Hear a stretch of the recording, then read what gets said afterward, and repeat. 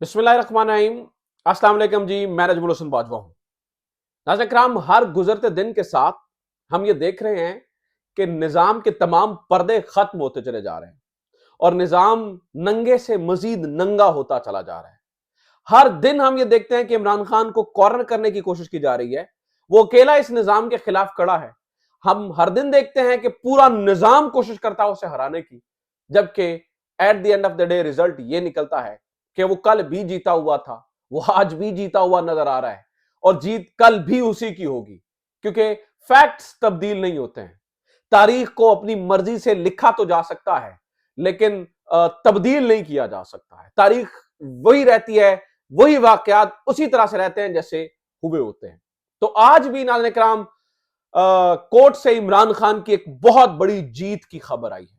एक बहुत बड़ी अदालती जीत है। गो के आज भी कोशिश की गई इमरान खान को ड्रिल करने की, इमरान खान को टाइट करने की, लेकिन जब आप बहुत सारी चीजें कौम के सामने आ जाती हैं तो फिर पर्दे खत्म हो जाते हैं। आज अदालत के अंदर नाज़रीन किराम एक कोर्ट केस था जिसे लाइव दिखाया गया, जिसमें हमने ये देखा कि जो काले कोट वाले इलेक्शन कमीशन की तरफ से पेश हुए, उनका क्या किरदार था, बाकियों का क्या किरदार था और किस तरह से जो है ना वो ये सारा मामला चला। इस बारे में कुछ इंतहाई अहम अपडेट्स है मेरे पास। मैं रिपोर्ट करना चाहता हूं कि जो कुछ अदालत के अंदर हुआ और at the end of the day ये कैसे इमरान खान की ही जीत है, किस तरह से इमरान खान ही जीता है इस पूरे मामले में। दो तीन चीजें हैं नाज़रीन किराम आपके साथ शेयर करने के लिए।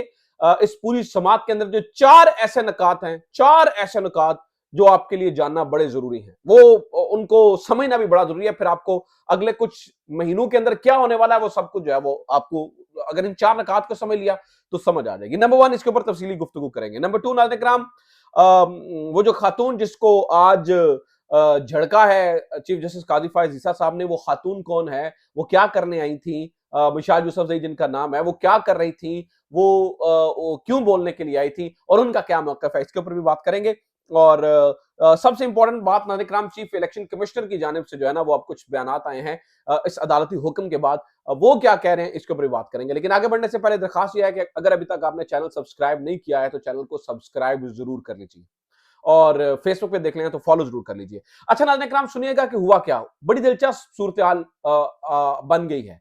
अदालती फैसले के बाद चीफ इलेक्शन कमिश्नर साहब अचानक टोन बदल गए हैं और वो ये कह रहे हैं कि हम तहरीक इंसाफ को लेवल प्लेइंग फील्ड भी देंगे। इमरान खान को मैं पसंद भी बहुत करता हूं, उनकी तस्वीर मेरे घर में भी लगी है।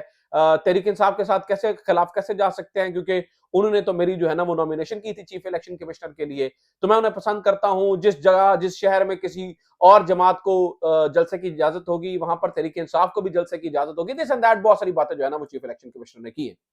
इन बातों में हकीकत कितनी है और ये क्या मामला है, वो नाज़रीन किराम आज हम अदालती कार्रवाई देखें तो उससे समझ में आ जाता है। आज अदालती कार्रवाई में हुआ क्या एक्चुअली।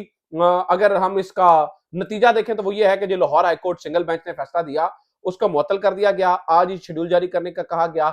और जो अब इलेक्शन है वो जो डीआरओज होंगे, आरओज होंगे या एआरओज होंगे, एआरओज को छोड़कर डीआरओज और आरओज जो हैं वो तो अब ब्यूरोक्रेसी से ही लिए जाएंगे।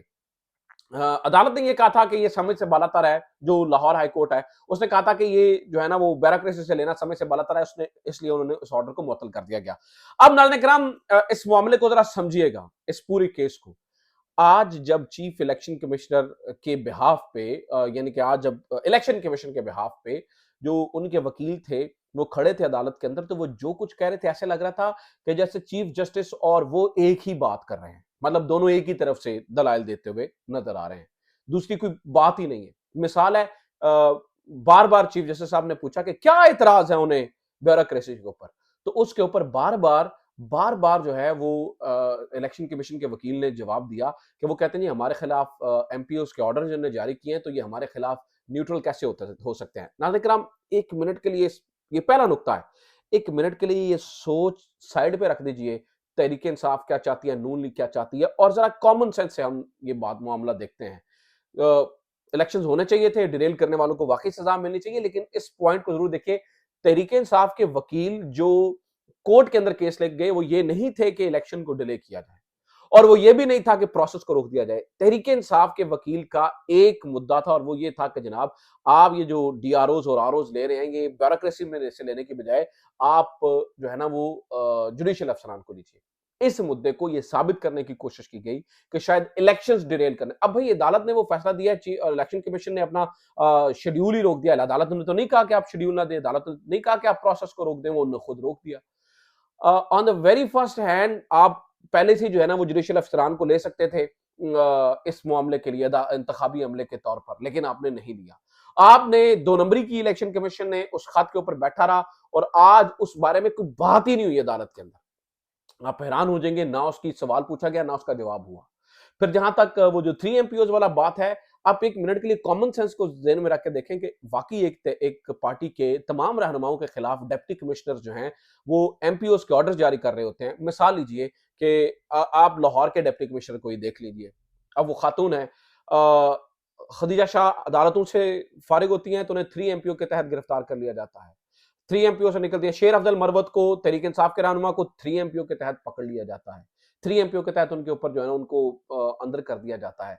तो आप 1 मिनट के लिए सोच के देखिए कि क्या वही जो इंसान, वही शख्स जो कि तहरीक इंसाफ के किसी रहनुमा के लिए 3 एमपीओ का ऑर्डर जारी कर रहा है, क्या किसी भी तरह से वो इंसाफ के साथ मुनसिफाना तरीके से इलेक्शन करवा सकेगा?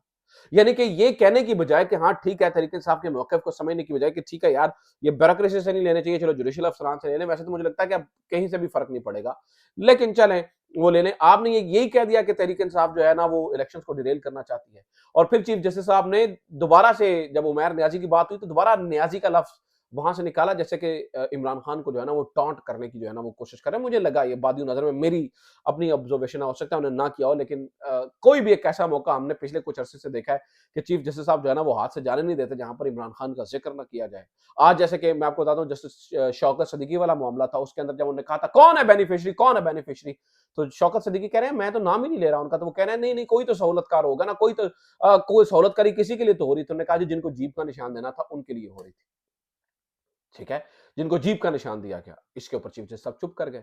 यानी कि वो खुलेआम क्रिटिसाइज कर रहे हैं इमरान खान को, कोई देखने वाला नहीं है। आज जिस तरह से ये पूरा मामला नाज़िर कराम चलाया गया और लगा यही, और जब तहरीक इंसाफ की खातून ने बोलने की कोशिश की तो उन्होंने कहा कि कहां से पढ़ी हो तुम हमारे ऑर्डर के दरमियान बोल रही हो, जी पीछे जाके बैठ जाए, आप वकील हैं, तौहीन अदालत लगाएंगे आपके ऊपर और दिस एंड दैट। नाज़िर कराम और खुद ही पहले पूछा था कि कोई तहरीक इंसाफ का वकील है यहाँ पर या नहीं है। तो जब वो आई, वो बेचारी भागती-भागती आई, जब वो आई, रोस्टम पर आई तो उस बेचारी को झड़क कर जो है ना वो बिठा दिया गया। तो कहने का मतलब ये है कि मामला ये देखना था कि डीआरओज़ जो हैं या आरओज़ हैं वो कहाँ से लगने हैं? क्या वो जुडिशरी से लगने हैं या ब्यूरोक्रेसी से लगने हैं? पूरे का पूरा मामला ये दिखाने की कोशिश की गई जैसे कि तहरीक इंसाफ इन इलेक्शंस को और इस पूरे मामले को डिरेल करना चाहती है। और वो ये चाहते हैं कि ये सब कुछ हो और at the end of the day नाज़रीन किराम, इलेक्शन शेड्यूल का जारी होना, इन सब चीज़ों के बावजूद भी चलें ये डीआरओज़ और आरओज़ किसी भी तरह से लग जाएँ, वो तो आप ब्यूरोक्रेसी से ही आएँगे, वो तो हो गया। अब तो वो तय हो गया कि वो ब्यूरोक्रेसी से आएँगे। नाज़रीन करम, एक बात मैं आपको बता दूँ, at the end of the day ये जीत इमरान खान की ही है। ये जीत इमरान खान की ही है और वही जीतते हुए नज़र आ रहे हैं। उसकी वजह ये है कि अवाम इमरान खान के साथ है। आप इलेक्शन को मैनेज कर सकते हैं, रिग्ड कर सकते हैं, गड़बड़ कर सकते हैं, लेकिन ऐसा इलेक्शन फिर कबूल कौन करेगा? ऐसा इलेक्शन कबूल कौन करेगा? एक मुतनाज़ इलेक्शंस कराने से बेहतर है आप एक साफ और शफ़ाफ इलेक्शंस को करवाइए। और आप इलेक्शंस होने से पहले ही इतना मेस क्रिएट हो गया है, तो जो तहरीक-ए-इंसाफ के जेन्युइन चीज़ें हैं, जो जेन्युइन उनके मुतालबात हैं, उनको पूरा किया जाए। लेकिन हम यहाँ पर नाज़रीन इकराम गंगा उल्टी बहती हुई देख रहे हैं। उल्टे ही तरीके से हम चीज़ों को जो है ना वो चलता हुआ देख रहे हैं। तो ये वो चारों पॉइंट्स जो नाज़रीन इकराम मैंने आपके सामने रखे, ये इनके बारे में जानना बड़ा ज़रूरी था। इसलिए क्योंकि ये इस वक़्त जो है वो सूरत-ए-हाल वो अजीब-सी जो है ना वो शक्ल इख्तियार कर गई है। लेकिन एक चीज़ कन्फर्म है, आप कान इधर से पकड़ें या दूसरी तरफ से पकड़ें, जीतना इमरान खान नहीं है क्योंकि अवाम उसके साथ है। अपना ख्याल रखिए। खुदा हाफ़िज़। पाकिस्तान ज़िंदा